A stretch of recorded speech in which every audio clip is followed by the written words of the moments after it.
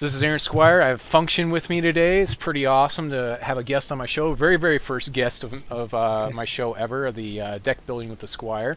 We have a lot of stuff to go over, so today we're going to be talking about some of the different announcements we saw this week from Corey.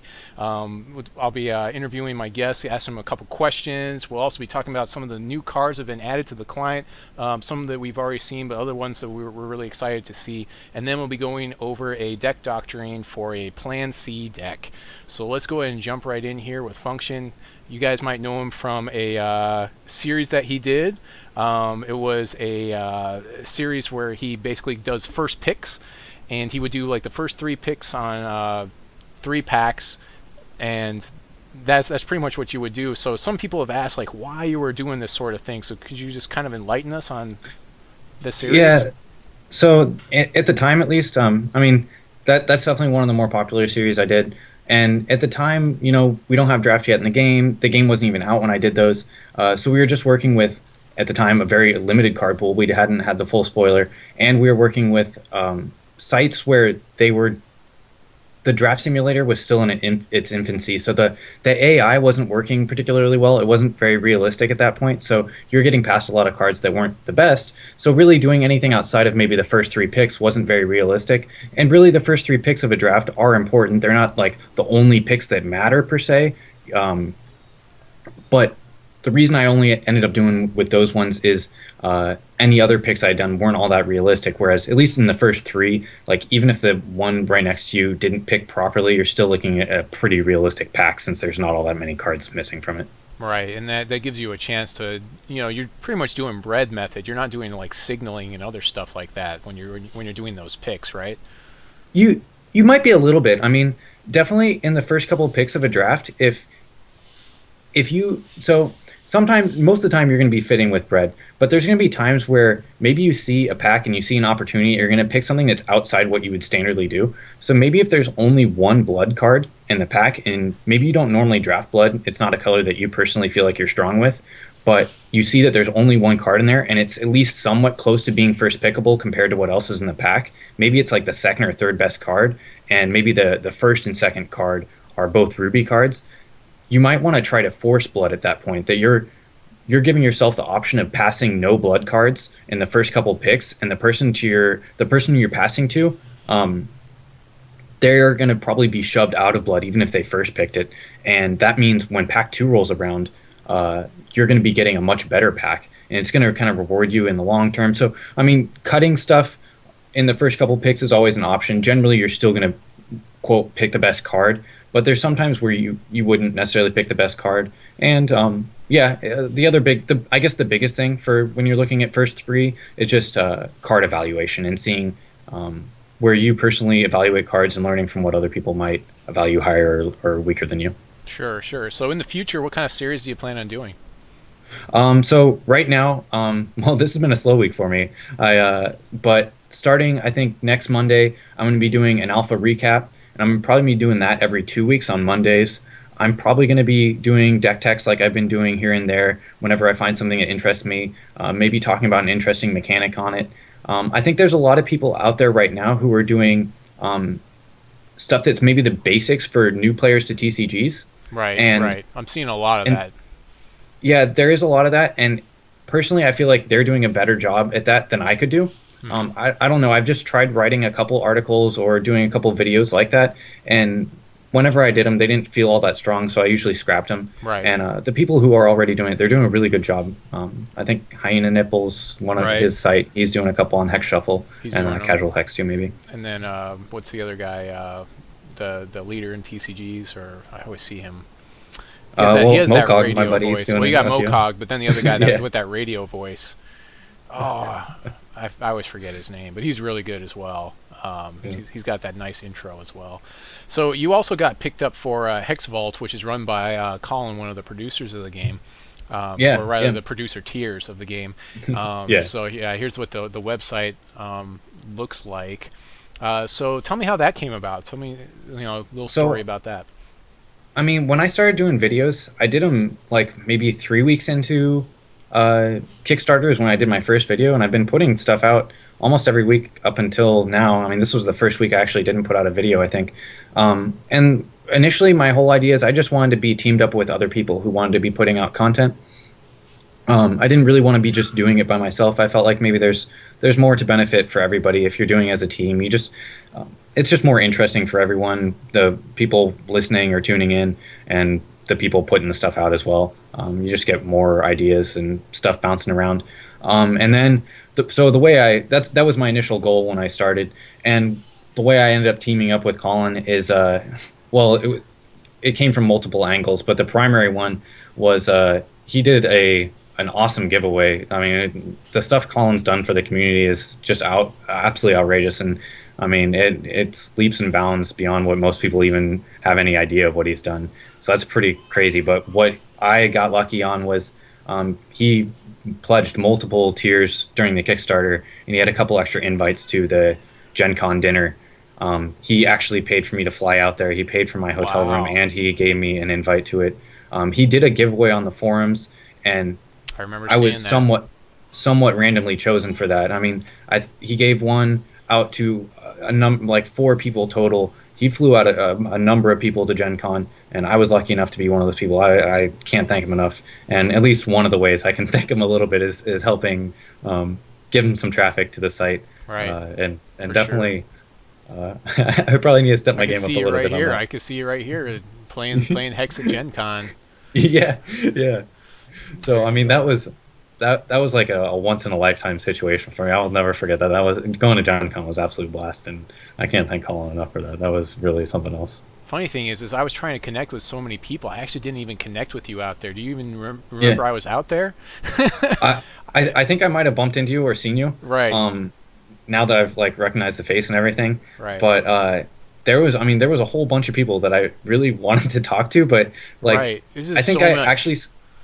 Yeah, there were so many people. There was only so much time. I think I actually spent more time waiting in line at Gen Con. Right. And when I could have played, like I was at the front of the line, and I would just get back in line because I was interested in talking to people, and it was just like it was nice to meet everybody. Right. So like there was, I bumped into Matt from the Threshold podcast for a split second, and we both wanted to talk to each other and just see how it was going. Right. And I think we both got pulled aside by somebody else walking up and wanting to shake our hand or just say, "Hey, nice content" or whatever, you know. So it was easy to get distracted, but for sure, yeah, Gen Con was a blast. For sure. All right, let's move on to some of the other news of the week here. Oh, before we do that though, let's have you plug all your stuff.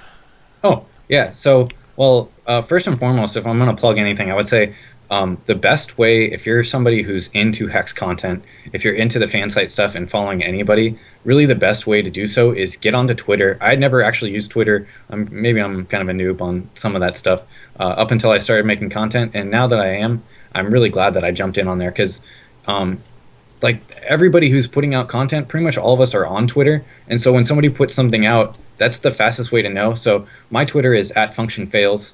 But primarily I'm doing YouTube videos. So you can find me on YouTube as well. And that's youtube.com/functionfails. The last thing I would pitch if I was... The function fails. Make sure you spell it right. Oh, yeah. Spell it that it's way. FUNK. Right. Yeah. Because I was looking for you and I didn't find you because I try to spell things sort of right. But at the same time, I have an email that's misspelled I've been using for years. So yeah, yeah. I think that's just an old handle I picked up playing MMOs and stuff, and I keep it. So it works for you. Yeah, it works. Less fail, more function works pretty well. Yeah. But the K is a little funky. Yeah. But what was I going to say? Oh, the last thing, if I was going to plug anything, and this isn't even me related, is if you're somebody who's playing alpha right now, please use the bug report forums. Before you submit a bug, though, like if you find a bug, please submit it. Before you submit a bug, the best way to find out whether or not that bug has already been submitted is there's a sticky at the very top of the bug report forums, and in that sticky there's a link to the Google Doc. So just click on the Google Doc for a split second and see if yours is already on there. Maybe it is, but if you don't see it right away, submit the bug report. It's not that big a deal if you have a duplicate one, but there's a ton of duplicate bug reports. I think. Well, I think with the second wave, especially because people weren't paying attention to their forums, they're like, "Oh, I'm going to be awesome now," and do things. Yeah. They're They're making a lot of There's a ton of duplicates. new bugs. I found two that hadn't been listed last night. I mean, I find bugs almost every time I play, and I try to list them if I remember to. Yeah, my most recent So, one was like where cards were shuffling around randomly for no reason. Like every yeah, I've turn, seen like that it happen would a few shuffle times. all my cards. I think that was actually part of the same thing that was like back in the patch. Midnight Shepherd was causing a lot of problems. I don't know if you played with that one too much, but Yeah, we when you played pulled, with it and it crashed the game. yeah, it was a syncing issue with like it couldn't tell that the card had been removed from one zone and put into another, so it has to resync your entire deck, your entire hand, all this other stuff. So that might have been what you were seeing with the hand stuff Actually, it shuffling around. was with Plan C, which we'll be talking about later tonight. Oh, well, I wonder. I Or can no, maybe wait, see no, some no, syncing no, it stuff. wasn't Plan Yeah. C. I'm sorry, it wasn't Plan C. It was the one that shuffles it back in and makes the copies. Replicator's Gambit. Replicator's Gambit. Yeah, the Yeah. Replicator's Okay. Gambit did it to me, where I Oh, replicated the eagle from the guy that makes an eagle, or whatever. oh, that's kind of cool. So, That's a goofy one. Yeah, so, that's neat. so, anyways, moving on. We had big news from Corey earlier in the week. It was kind of cryptic, the message we got It was last very week, thick. but it turns out all is well, and we've got new partners. Gameforge and Level Up are going to be the overseas, basically the back-end server people, as I understand it, for Hex overseas, and they'll be handling maybe some of the translations and other things like that. What do you think about some of this stuff, Function? I mean, I don't think it's like really surprising news by any means. I at some point they were going to have to make some sort of announcement like this. Like they're not going to have all the server infrastructure and logistics handled worldwide on their own. Then that would be pretty ridiculous. So Right. I mean, it's Plus the who are they language working with? difficulties and the barriers, Yeah, and there might be some things like I know in China, or I believe it's in China or in Japan. Like World of Warcraft has to refer to their undead as different things, or their reskinned yeah, as differently because things that are dead, it's kind of like a really big deal over there in those Oriental cultures. So. Um, yeah. so So I mean, some of that beyond that, we sensitive had stuff. our group 2 go this week, which is pretty awesome. I know people were getting pretty antsy. The forums, people were getting, because they expected it to be 2 days, 3 days, 4 days. It ended up being like 2 weeks. Yeah, I mean, I could feel it. People were really really antsy to get in, and now they're in, and we're seeing more priority bugs, and we need more robust servers, and more crashes are happening. So it was pretty much to yeah. be expected right there. How do you feel about some of that stuff? Well, I would say the first off to go back on the server one Uh-huh. is there were some people concerned, I guess, about GameForge. I'm not all that familiar with them, but I guess people have their misgivings about it, Right. or just like the way that servers are going to be split, or then all not be in one global server. But Yeah. I think in this case at least, the pros probably are going to outweigh the cons. In that, my guess is having them split by region with these servers is it might enable cash tournaments to be that much more of a reality. And I know for Corey that's a really big deal. That's something he wants to make happen. Right. And so if this is something that makes that more realistic, then by all means, like, because that's a big deal for the game. If they can enable that, it'll draw in a lot more players. It'll make it so playing regularly is a little bit more sustainable, and you just have a lot more going. So I think like the server thing, it's really not massive news. It's not like they're gonna scrap a part of the game or something dramatic like that in a bad way. It's like there's These no people won't have drawbacks to any it. control Yeah. over the game, really. They'll have control over Yeah. their servers and regions, Yeah. to me. So even if GameForge is a company that doesn't make good games, and I actually read some of that reports, I went over that today, and it was kind of like, okay, well, if they're making a game and they have full control over it, maybe they aren't the best. But we're talking about is server admin and stuff like that, and that stuff. Yeah.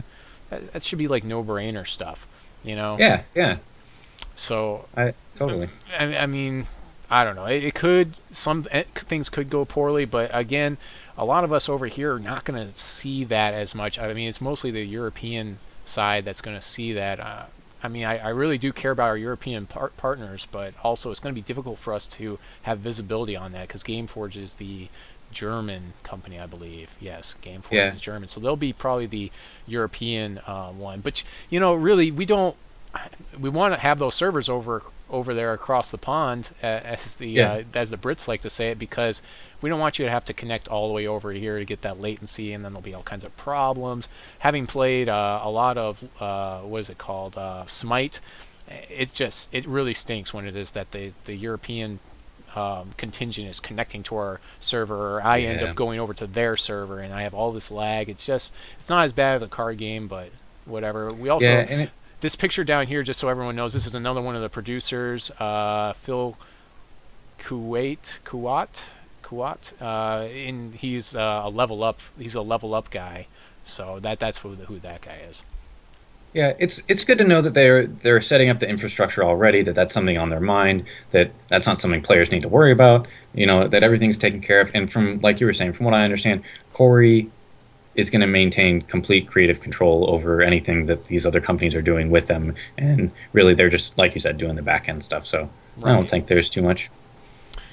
And then what were you saying? The invites, yeah. At the end of the day, people really need to remember this is an alpha. Like the game's going to be buggy, it's going to crash, and when you bring in more players, like when you add more variables, it's going to make some matters worse. And I like to think that we helped a little bit when we had the server stress test for the AI on Monday, and that was interesting. I mean, AI games were I would say I completed maybe 1 in 5 AI games, and they were crashing around turn like 3 to 5, just like when we had first started playing the game. And I mean, so maybe that helped them gather some data, and that's why they could say. But I think the biggest thing that allowed them to do the second wave ultimately was I would log in and not see people online, so people got tired of playing. And so the people that really want to get bugs done and stuff like that, people with my mindset are going to be the people that are going to be online, or people that just want to go in and maybe play against people to own them, I guess. But eventually, like, you can only deal with bugs for so long if you want to actually just play the game. But if you're actually looking for that stuff and reporting it, like Function and I try to do, then you might have a little bit more staying power. Yeah. So I think another big thing, like people were kind of like, why are you testing the AI? That seems so backwards. Test the game. Or like test the PvP. That's what's important. But actually, a big factor with the AI testing is if every single person is playing against the AI, that's twice as many games that are going on concurrently, rather than if everybody's playing against each other. Like that's a big factor. If they were just trying to test server load, that could be a contributing thing. And maybe they just, well, I mean, that's basically a lot of it. I wasn't around for the AI test, but it sounds like it went pretty well. I mean, the servers themselves stayed online. And you were saying you were having some problems, but it sounded like a lot of other people were able to complete a good portion of their games. So I mean, I have a video of it, and that's one of the ones I haven't monetized specifically because I wanted to make sure that they could take a look at it, and I made sure to try to post it that night so that way they could look at it again and again and see what was going on. And then I basically gave them the time index to know exactly when to start it, so that way they can match it up against data if they wanted to. I don't know if they do all that, but you know, I tried to make it so I had to try to make it available for them. So let's move on to the other big news, which is sockets. Sockets have been introduced, and they are working, supposedly. I haven't tried them yet because there have been some priority issues tonight that I tried to do earlier before the cast to kind of prep things. But so we probably won't get on at the end of the night after we do our deck doctrine. But the sockets are here. But the big thing is look at the right side of your screen and the left side of your screen. The right side is the announcement sockets, which is what they currently are, and the left side is the first time we ever saw sockets. Some of these differences are pretty interesting. I know the biggest one for me was in Wild, when a troop enters play, you may have it battle target troop. Gone. Completely gone, because that was a really bad 2-for-1 situation, and that was going to be ridiculous with Battle Beetle. And I was already planning on playing it, and now I can't do it, so my hopes and dreams are shattered. 2-for-1s aren't a bad thing. You know, sometimes that's a cool thing to have in there. It's too good. However, I am excited looking over at the new Diamond one here. We've got, when this troop deals damage to an opposing champion, troops you control get permanent +1/+1 permanently. That's pretty powerful. Permanently. So, I mean, it's got that Anthem effect every turn, so it's like an Ajani Goldmane every time you get damage in with this troop, and all you have to do is like maybe match it up with some Sapphire or something and get a troop that already has evasion, like I don't know, Well, Eldritch you know Dream. what's really cool with that one is with if it has Swift Strike. Sure, I mean that helps out too, but Eldritch Dream is going to get pump your guys every turn no matter what. It's the way I would try to play that, something like that. I think Yeah, I that's how mean I would go. that's definitely cool. With Swift Strike, you can pump your entire field before they actually do damage. So if you're attacking with a whole bunch of guys, you can attack with your Swift Strike guy, and maybe the other 10 guys are going to hit that for that much more damage, which is pretty nifty. Yeah, I'm looking over the chart. I mean, a lot of the things I think are a lot better. Like the first one, I remember this minor one over here where it's like cost +1, +1, +2. No, I would never Yeah. play with that. Steadfast is kind of like, okay, that's nice, not that great.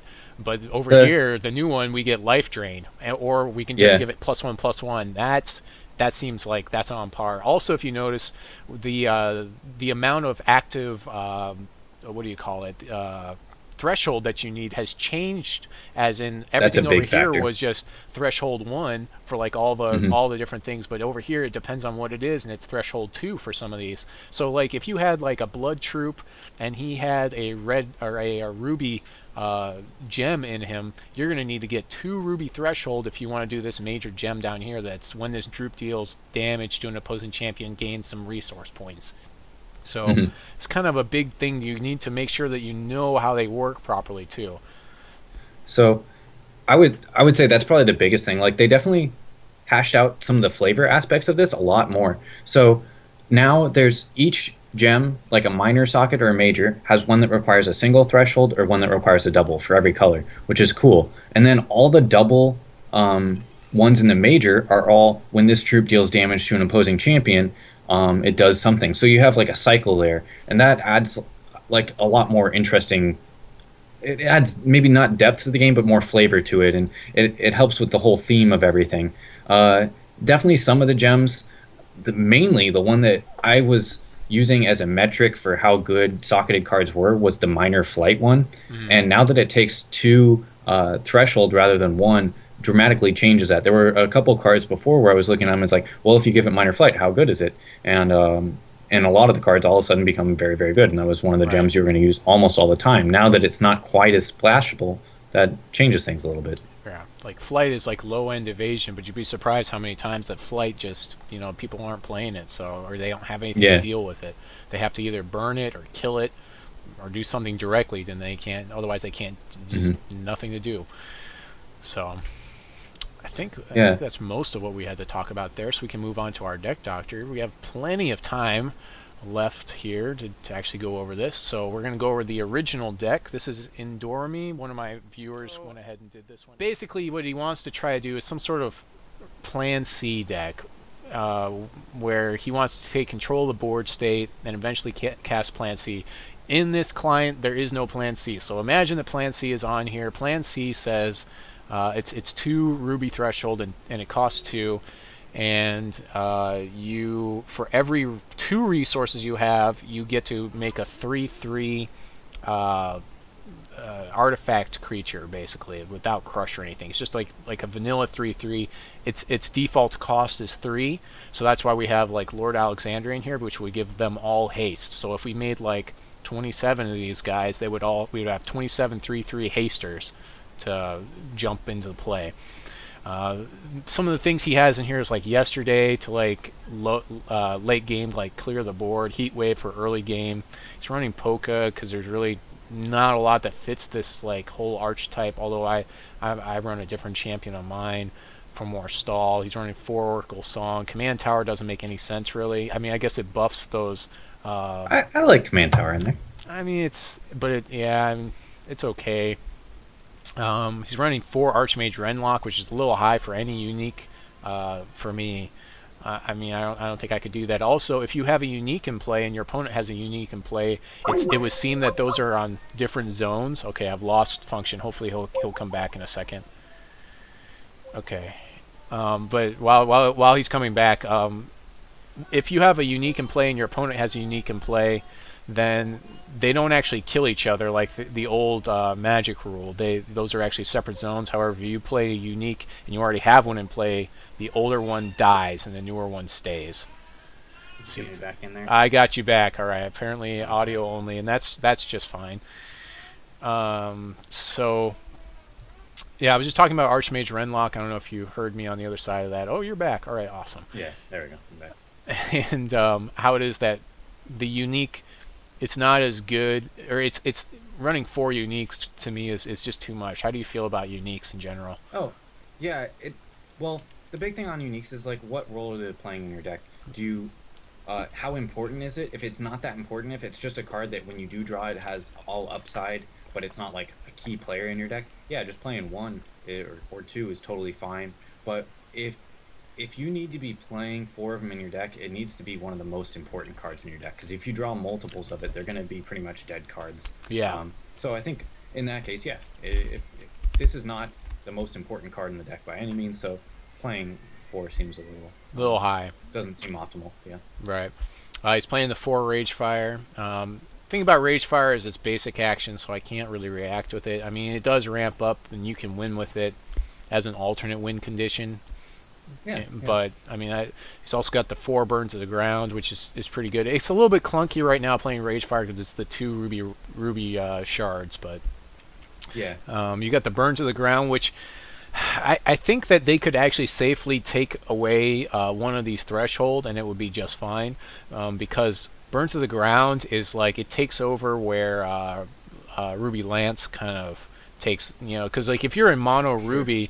Ruby Lance is fine. That's what you want to be using. But if you're in 2 colors or more, Burn to the Ground is what you want, because then you're going to be able to actually use that X factor in there. Whereas with the other one's instant speed, it's just better. Ruby Lance is just better if you're mono Ruby, but Burn to the Ground is going to let you use all of your resources. So I mean, Burn to the Ground can go to their phase 2. I don't like. Right. I don't know if the card needs to be made much stronger. Like, it's already pretty good. And they did make it a little weaker. Before, I think it was extremely, extremely good. So with them adding it the 1+X... Well, that's why...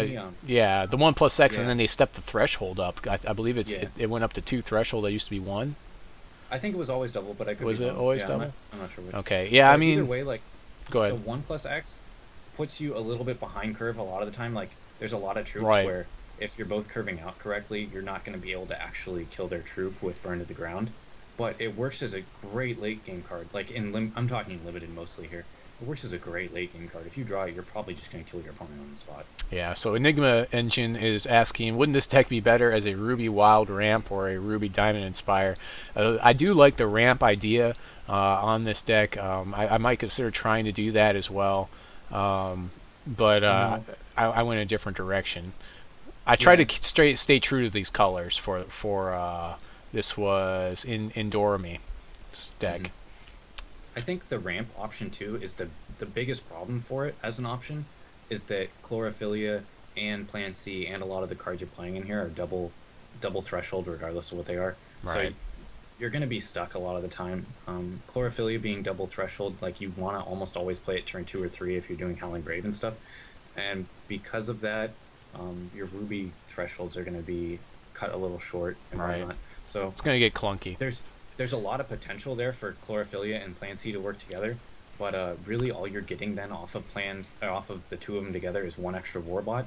So you kind of have to keep that in mind when you're building it, is how much more are you getting out of it as opposed to what you're putting into it. And I think you're breaking even most of the time, I would say. Right. And even the number of Plan Cs that you're going to actually play is like a question too, because like I'm only playing 2 and it's a Plan C deck. I think you could safely play 1 in most decks and it would be just fine, because you could just simply draw it at the end of the game and just be like, all right, I'll throw away all these resources. It really doesn't matter that much to me. Or I'm holding on to like 2 resources because I'm bluffing with them anyways. And so you could just figure out how much damage you need to output, and either hold those 2 resources or maybe play 1 and then play Plan C and then try to push through the damage the following turn. And then if it doesn't go well, then you can play those 2 resources, or you could play that 1 resource you left over. I mean, there are a lot of different things you could do with this. You wouldn't necessarily need to build a whole deck around it like we're doing tonight. Yeah, so Plan C, I think you're totally right. Like, Plan C, say you were building just an Inspire deck and you happen to be playing Lord Alexander in your deck, so you're going to be giving the Plan C creatures haste, which makes them very, very strong. Like, just being able to come out of nowhere and do way more than your opponent was expecting is always a powerful effect. In that deck, having one copy of Plan C is great. I think if I was building a deck just with Plan C and that's my primary win con, I'm probably just going to play 4 copies because at least me personally, if I'm gonna play Plan C and that's gonna be the main goal of the deck, I want to go all in on it because otherwise, I think you're hurting your deck's consistency. That if your whole goal with Plan C is to catch your opponent off guard and win right then and there, is you got to make sure that happens. Right. Plus, we have no counterspell right now too in the game, so you Yeah. got to keep that in mind. Because right now, a lot of people have been banking on like that giant drain life, and I always forget the name of it. I always use the drain Siphon life, life. Yeah, siphon I life. bank on that all day long, but it's going to be much worse when counter magic. Right. Counter magic shows up, and then it's going to be like, oh, you're going to do that. Also, I mean, we just got Misfortune, which is like deal 2 damage, and then your opponent discards 2 cards. So It's yeah. pretty high cost though on that one. It's I think 5, like but it's Yeah. 5, but still, it's very doable in that deck. I mean, I've said it before. Blood is looking so much more controlly than Sapphire right now. It's just crazy to see how it is that the shards are so much different in feel to like the colors of Magic, even though this game is very much based upon Magic. So moving on to here's how I fixed this deck, or some of the different choices I made. I try to stay a little bit true to the creator with some of the things he did. You can see my curve here, so you got to like take this in with a grain of salt because it's not reading things exactly how I would read them. It looks pretty bad, but actually this 2-point range, a lot of this stuff in the 1-point range should be up here. It's got 58 cards. It should have 2 Plan C in there. That's all I'm running, just the 2 Plan C. So those are missing because those aren't in this in the TCG deck builder, which would be nice if they did some updates. I know we just had the patch today, but still. Yeah. As soon as you guys can patch it, I would love it. I still love your browser, but as soon as you guys do it, that would be great. So 12 of it's counting 12 total 1-costers because it counts X cost cards like this Burn to the Ground as a cost of 1, which is not even close to being a cost of 1. It's a cost of 2 at the minimum, and that's how I count it. I count it usually like 5 or something. right. You want it to be 5, but like if I had to cast it for 2, I could. So that's how I would count this. The lowest cost I could actually use the card at. So actually 4 of those cards are Burned to the Grounds, and then we've got the additional 2 Plan C. So even though it says we have 6 total cards, we actually have 10 in our 2-point range, and in our 1-point range we've only got 8. So it goes 8 and then 10 and then drops down to 9 and 7, which is a pretty nice curve for this deck at, what do I have, 24 resources or 23? I'm at 24 resources, which is pretty good for this game, really. I'm running Bertram as he's going to throw up some worker bots, which is going to help me hold on, basically. That's what I'm going to use him for. I've got Heatwave, obviously, to take out a lot of that early junk that's going to hit the table. Surge Mechanism is going to... This I actually ran in my stream, and this is going to help me get more resources. So that way I can maximize... Yeah, right. Yeah, it's really good. It's a little bit bugged right now because after you use it, it's forcing you to go to a combat step, or if you're in your second main phase, it's forcing you to go to your end step right now. You also can't use it during your opponent's turn, which you should be able to. It's not a basic action, but it's not on the card that way. However, it might have been meant to be that way. I mean, we'll see what all shakes out. But right now, you're right. It's a basic action speed, which it would be really much nicer to use it at the end of my opponent's turn, so that way it could look like I have some sort of counter magic in hand. Given that, also talking about that, anytime we see a Sapphire deck, I mean, counter magic is going to be a 2 to a 4 of in most of those decks, anyways. Yeah. Beyond that, we've got Secret Laboratory because we are a combo deck, and we're going to try to dig to our combo. And once we've got Surge Mechanism up, and we just keep making those resources every turn, you don't have to worry about resources too much. So when we draw them, we can just throw them away with Secret Laboratory and try to get to that other stuff. Big fan of Sapper's Charge, especially in any type of dual color deck, because there's so much trash that only has like a 2-point defense 3 is really the optimal area to be at as far as defense right now to get past a lot of the problematic early cards. So that's what you'll notice in this deck. I actually did was I chose cards specifically that avoid Heatwave, or I can have them in play and they avoid Heatwave, except for these worker bots. But those were just used to being blocked anyways. So we've also got our Researcher Adept, and we're running plenty of artifacts to get this card draw. Again, we're trying to draw lots of cards, right? Oracle Song, draw more cards. Archmage Wrenlocke, I took him down to 3. You could probably safely take him down to 2, realistically, because he's not super important for this deck. Lord Alexander, I kept him at 3 because he does feel like he's going to be a powerhouse if you get that combo to work together. He's going to just speed stuff in there. And actually, Function was talking about this with me earlier. If you want to expound on that. Oh, okay. So here's the thing on Lord Alexander, right? Like, I think the way I was taking this deck is a little different than the way you were. Like, mine is, if I'm going to play this, and actually, okay, I should say this right off the bat, is right now when I'm deck building, I'm still planning as if we're building the deck with a sideboard, and that all that, like the cards that I would want for game 2 and 3, I'm not going to include them in my main deck. As you should. Yeah, so right now, at least if I was going to build a Plan C deck myself, I would want to build it in such a way that game 1, I win as soon as I play Plan C. And one of the ways to do that is you're playing Lord Alexander. At that point, what you're really aiming to do is play Plan C when you have 6 resources in play, which is, it's going to take a little while. That's kind of the drawback of Plan C is, you know, it takes a while to actually get that third warbot in play. But at that point, you're connecting. If everything lands, you're connecting for at least 9 damage off the Plan C. If you have Lord Alexander in play, you're going to be able to speed him out and do that. He's going to be connecting for 3 damage. So if I was building the deck, I think my main goal would be, up until that turn, I'm just trying to keep the board entirely clear. I'm trying to use Heatwave, like you were saying, to just clear all the trash out. Anything that's left, I'm using Burn to the Ground to just wipe it early, or Burn or Rage Fire, or Sapphire Shard, like using all the removal to get that off the table. And then when I do play Plan C, I'm connecting for enough damage to hopefully kill my opponent at that point. At that point, hopefully, if I was using Polka, maybe that Elemental connected for 3 damage, maybe maybe help a little bit. Too. Right. Yeah, and you know, at that point, you're at enough life for them that even if you need to play Plan C on turn 4, you might kill them right then and there. Another thing, I do kind of like Command Tower in there, but it is a little slow. It's nice that it makes your warbots hit for 1 more damage. Sure. I think before I was going to include any copies of Command Tower, I would probably include Ruby Pyromancer first. Yeah. Since it's a little cheaper and it's a little bit more on curve, that way you can do Pyromancer. And it's a blocker. Yeah, and it's a blocker. That's always important.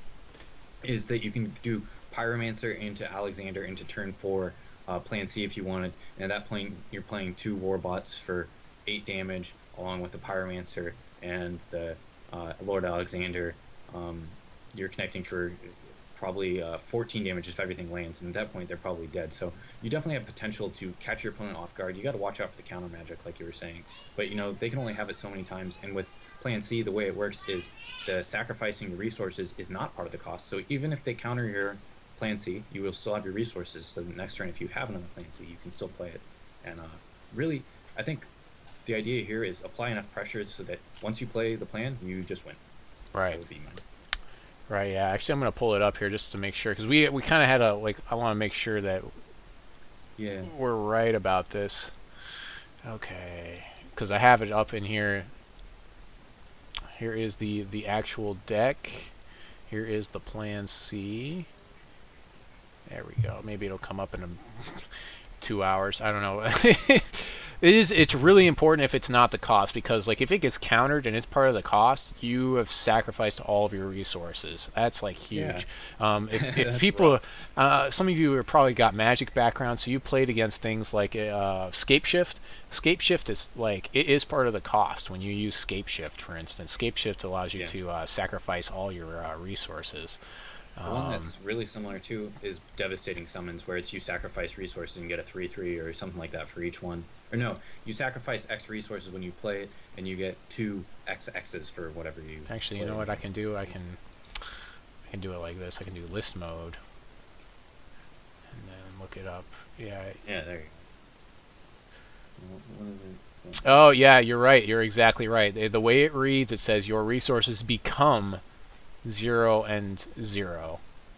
And that's not going to take It effect. says It'll L0 so, right, R0, which I guess means left and right, which is the way I guess yeah. they've got Yeah. those resources coded.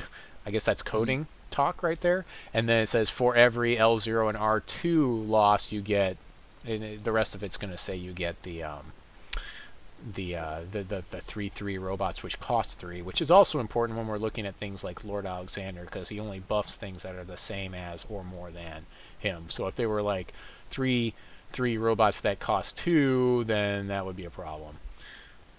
I think I just pulled them out of the deck, actually. Yeah, I did. Now I gotta look for it. Yeah, I think it's a cool deck. I think I probably wouldn't be. I would actually if I wanted to play Plan C, I would very strongly consider just cutting blue entirely and adding in like There it is. the Pyromancer, like I was saying, and maybe the Sapper Charge, like you did. Um, that and I think looking back at the way you have it now is how many cards are you actually planning to draw off Renlock, and how much do those cards actually matter? Right, and Kind of thing. Wrenlocke's not that great. I mean, it's nice that he avoids the Heatwave. He's a decent blocker, but I mean, Yeah. he could be really clunky if I'm drawing like 2 of them in the same hand. I mean, it's just really bad if I draw 2 Wrenlock, especially because On he the costs other 4. Yeah, he's great with like Time Ripple, where it can remove any permanent and draw you the card, so it's kind of like replacing itself and tempoing out your opponent. He's great with Burn. If you actually kill a creature with Burn and it draws you a card, that's pretty awesome. But I think it waiting till turn 4 to save your Burn, well, save your Renlock, and then turn 5 using the Burn. It There's going to be times where you could have probably won had you been playing something else, maybe. You should see me. I will accept your challenge, and I will play this. It's called Random Cards. That's right. That's what we named the deck, or that's what I named the deck. It should actually be Indorami's Plan C is what it should be, because he's the user that sent me the deck. I have All my right, so sounds turned off, if anybody was wondering why they don't hear any sounds. Also, I don't have my cool chat stuff up right now. I am hiding your Stream. so I'm not cheating here. We'll see how this goes. I don't know if I want to keep this hand. But, Oh, I don't like this, but I think I have to keep it. I think I'm going to. We're going to go ahead and keep this. This seems okay enough. I am going to go down to 6. Ooh. Oh, you're going to try to burn me out with a polka. Oh, You're this going to seems polka bad me to too. death. Oh, I don't want to. I don't want to go down to 5 though. You're going to polka me to death. Yeah, I guess I'll keep this. I gotta draw something decent. We'll see. I feel good about polka being in front of me right now. Bertram doesn't like polka. Alrighty. Oh, that's not what I wanted to draw. The first hand had 6 resources, 1 card. This one had The opposite. also. Well, no, it had a bunch of resources, and then I just drew 1, so it's like, not what I want. I need some action here. Yeah. All right, Chaos Key. I'm fine with that. Yeah, you better be. Yeah. It's all about the taunting. That's something that kind of does get a little bit lost maybe on digital card games. Is there's not so much banter back and forth with people. Although there's not as much anger and throwing of cards either. Yeah, you'll never get your table flipped and ruin your like $5,000 deck. That was a nice top deck. That was a really nice top What is that? deck. That card head games where you have to like choose. You have to guess what number your opponent chose and all that kind of stuff. Oh my gosh, that would flip so many tables. Like that would be so much more fun though if you could talk to your opponent and really get into their head as you're doing Right. stuff. Well, there's a chat box, but you can ignore that. Yeah. So I'm playing this because he has obviously not put a lot of pressure on me. Otherwise, I'd play this. Yeah. This deck is supposed to be about applying pressure, and I got like the least pressureful hands. I don't know. So we'll see what we're drawing here, turn 3, and hopefully we get some action. Action Jackson. Oh, another resource. That's Or action function. that's wonderful. Yeah. All right. Here we go. Something big. Something. Oh gosh. To the face. Oh, to my defensive. No, to the guy, so because this way at least I'm getting in for 1 more damage, and I'm accelerating my rage fire, so it's not sitting in my hand. I can draw. I'm more likely to draw another one. Sure. 3 to the Bertram's face. He does not appreciate that at all.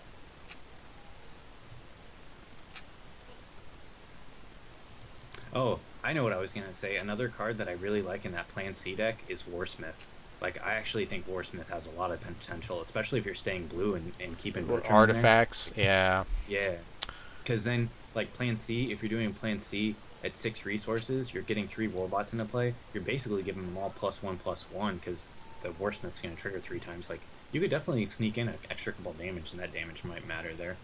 I like that guy in there for sure. And like you were saying, if you want to stay blue, that champion Warsmith becomes pretty strong. So we're going to see if this is still... Yep, it's still sending me to my combat. Oh, no, it didn't. Oh, awesome. It didn't do it. Surge Nice, mechanism. fix that on the bug report. That is nice. It didn't send me to my combat step.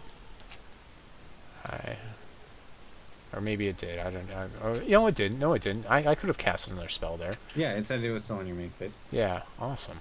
Well, that's really nice. All right. Oh, how man, nice. this is so ugly. I'm gonna be honest with you. I only had one answer for like your first like pressureful low end one drop. My first 7 was Savage Raider and a bunch of resources, and like I wasn't exactly thrilled about that. I wanted to apply some more pressure than just that in case you had an answer, but I'm wishing I would have kept it because I would have snuck in for a lot more damage than I have at this point. Yeah, probably. So I think I want to let's draw some cards. The funny thing about Oracle Song is I can actually let you draw cards off of it if I really wanted to. Yeah, you could. I could do which that. Which is actually relevant in mill matchups where they have like an Ancestors Chosen that makes them invincible to mill. Sure. You can still get them with an Oracle Song. Yep. I'm not sure how relevant that's going to be. No, but I'm sure. Mill. Well, Mill's pretty strong. Like I've been playing like a lot of Demented Demolisher decks, and those decks get blown out by Mill pretty hard. Oh, another resource. This is great. Well, you're running like 27 resources in there. Yeah, I think the pre-con decks. I didn't really fiddle around with the resource count. I think they have like 26 24, or 25, something yeah. like that. And which is I should have been playing like 23, I would say. 23 is kind of a magic number. Although, like I said, I think that keep of 6 was probably questionable. Wrenlocke's going to start going to town on you. He's going to I'm not even going to need the Plan C right now. Yeah, I'm not all that surprised if you would win off of just smashing him with Wrenlocke. So. Turn after turn of Wrenlocke to the face. Ah. Then I'm gonna go make a post on the forum saying Wrenlocke's too strong. He beat me. Too strong. Yeah. Too strong. Wrenlocke goes where he pleases. Does what he wants. Hey, see if you can you use your Blaze Elemental again? Oh, I already passed the thing. Oh, okay. Is it lighting up? I'm guessing it's not lighting up. It didn't work for what's her name didn't work for me either. The one that makes the 3/3 and puts it in your hand. Yeah, she wasn't working either. Lighting up before though, and you can still activate him. So I'll definitely try to do that on my next turn. Yeah.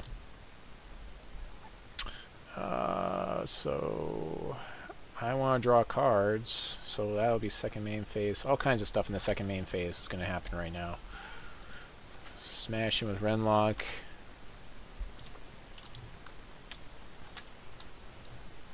And after I see a declared defense priority, it's like hands off keyboards to make sure I don't skip my second main phase. Oh man, I've lost so many games of Magic because I was just trying to rush through the game too much. Alright, that seems pretty good. Yeah, just draw more cards, right? Oh, hey, look at that. Look who that is. There's that guy. Oh, that's going to be pretty good. Obviously, I just drew into him. Yep. Actually, what I should do is I should see if I can use Surge Mechanism on your turn at the end of your step. Yeah. As I'm now up 10 resources. If I were to draw Plan C at this point, it'd be game. It would be game.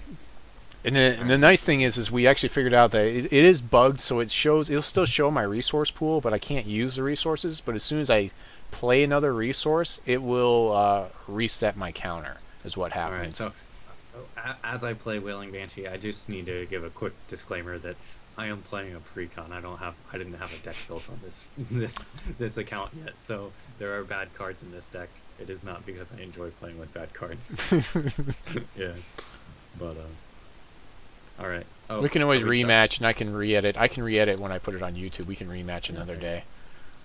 Do I you think have we're priority stuck. I there? think we have Oh, priorities. Priority bug saves you. Priorities bug saves the day. see. Did you have Plan C? No, I didn't. I had another Wrenlocke, a Chaos Key, another Surge Mechanism, and I was holding Burn since the beginning of the game. So, Yeah. Yeah, I had a burn in here too, but I didn't have anything to use it on. but yeah. So there. So I mean, what were we like 6 turns, 7 turns in there? You were definitely favored to win that Well, I'm game. just saying, like, how fast do we ramp that up to like get to that Plan C, that point where obviously, if I had played Plan C with the board state, it would have just gone nuts. Oh yeah, it would have smashed in very, very hard.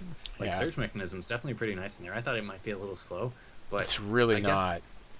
I guess the nice thing about that is sometimes, even if you're going really fast, it's just not enough, and that eventually you're going to have that inevitability where, you're playing Plan C with 12 resources. It's going to be pretty hard to beat 12 or 6 warbots swinging in with speed or something. It's, Right. you know, Well, not only you that, are, with like 15 resources, if I can just burn you to the face with a burn to the ground, I mean yeah, that works just as well. yep. So, in the games that go long, you definitely have quite the win condition. I guess the question is how much pressure are you applying in that early game? Right. If I yeah, like I didn't draw Heatwave in the early game, and depending on the deck that you're playing, that could be a huge problem. That might be a mull, Yeah, like an auto mull in games 2 and 3 if you don't have Heatwave in your opening hand. So yeah, like this. I mean, against the deck I was playing, I'm looking at it now in the deck builder. Yeah, the precon has quite a few like 2 toughness and 1 toughness guys. They would have gotten blown out by Heatwave for right. sure.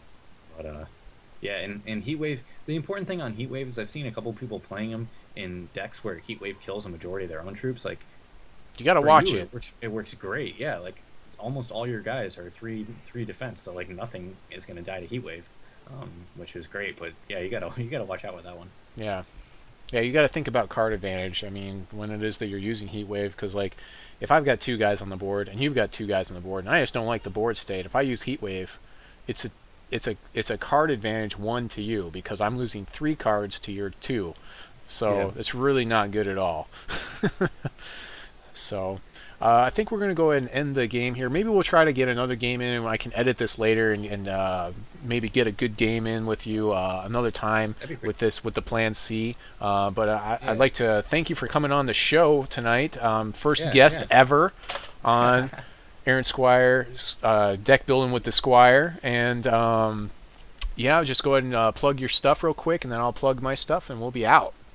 Sounds like a plan. Yeah, definitely. That I didn't realize I was your first guest. That's like really cool. Anyhow, yeah, I'm Function. You can find me on Funktionfails at YouTube. So it's youtube.com/functionfails, and that's Function with a K. You can also find me on Twitter, which I highly advise that anybody who's following any kind of Hex fan site content gets on Twitter because everybody's on there. It's I am at Funktionfails, Function with a K, at Funktionfails on Twitter. That's where you can find me.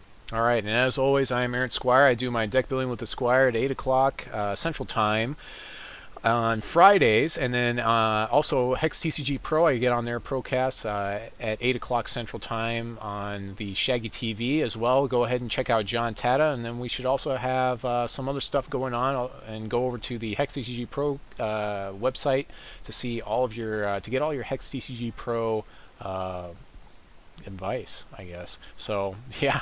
Until next time, this is Aaron Squire saying God bless you and your families, and Function saying, Less fail, more function. all right.